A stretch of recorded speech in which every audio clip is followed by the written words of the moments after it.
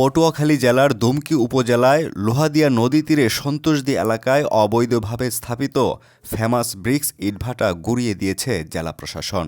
রবিবার দুপুরে নির্বাহী ম্যাজিস্ট্রেট সাজন বসাকের নেতৃত্বে ভ্রাম্যমাণ আদালত স্ক্যাভেটর মেশিন দিয়ে উচ্ছেদ অভিযান চালায়। এ সময় পুলিশ, সেনাবাহিনী ও ফায়ার সার্ভিসের সদস্যরা সহযোগিতা করেন। প্রশাসন জানায়, খাস জমি ও ফসলি জমিতে অবৈধভাবে নির্মিত চিমনি ও চুল্লিসহ ইটভাটার পুরো স্থাপনাই ভেঙে ফেলা হয়।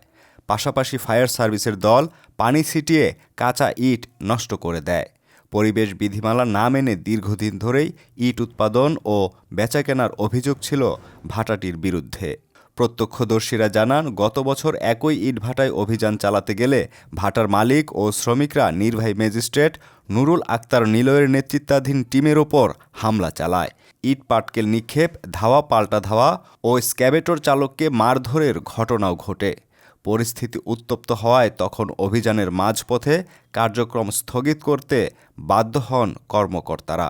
স্থানীয় সূত্র জানায়, আংশিক উচ্ছেদের পর ভাটা মালিকরা পুনরায় অবৈধভাবে ভাটা চালু করে ইট উৎপাদন ও বিক্রি অব্যাহত রাখে। বিষয়টি নিশ্চিত হয়ে জেলা প্রশাসন আবার অভিযান পরিচালনা করে পুরো ইটভাটা সম্পূর্ণভাবে গুঁড়িয়ে দেয়। প্রশাসন বলছে, পরিবেশ ও কৃষিজমি রক্ষায় এই ধরনের অবৈধ ইটভাটার বিরুদ্ধে অভিযান চলমান থাকবে।